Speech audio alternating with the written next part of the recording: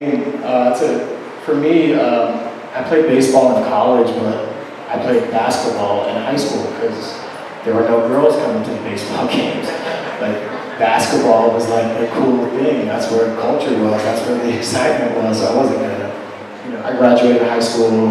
I'm old, like in 1995, and that was during the Jordan era. And back then, this was before like sneaker culture. It wasn't about sneaker drops. It was about like, do you have $125 to buy Jordans? It's like, there's one shoe. You don't have to stand in line, you know what I mean? Like, there's one shoe, it's the best shoe, and that's it. Everything else is like, not a Jordan. And each year, through the 90s, the Jordan was like a new idea. It wasn't a reference to an older shoe or a reference to like a vintage silhouette. It was like a new silhouette. So every time you got a pair of Jordans, it was like this new emotion.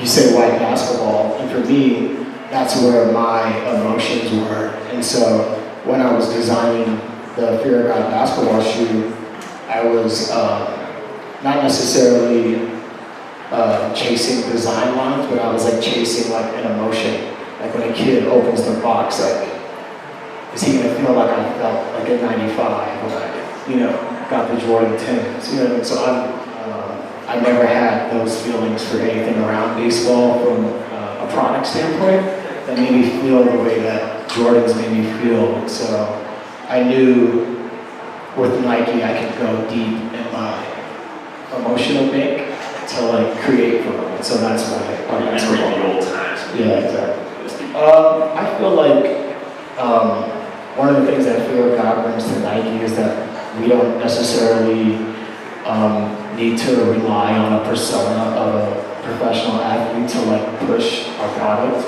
For me, I want like every guy wearing like the shoe. There's not one guy that I think represents our brand or the sneaker.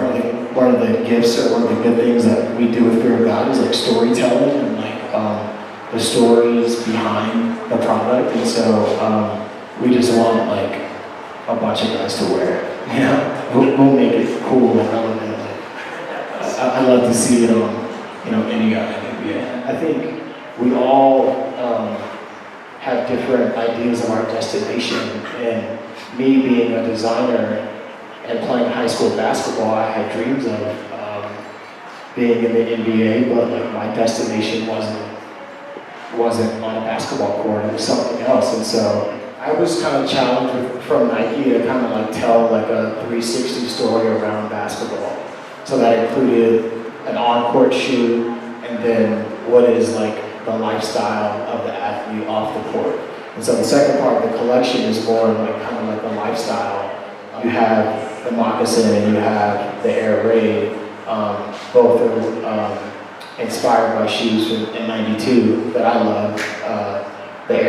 The Nike Air Raid and the Aqua Sock. And so I thought my first design, like off court, can honor the history of Nike and what Tinker proposed with Tim Hardaway and Spike Lee and the Air Raid back in '92. And then on the moccasin, I just love how the Aqua Sock, you just kind of slide it on. You don't have to lace it. It kind of like shapes to your foot. I wanted to kind of modernize that idea, again, through a Fear of God lens. The Air Raid is just a little more ghetto, it's a little more hood, it's like, got the straps hanging, so this was a little bit more like, kind of hood, and then like, the moccasin is a little bit more chic, a little bit more elegant. And Fear of God, I like to play in these like two worlds.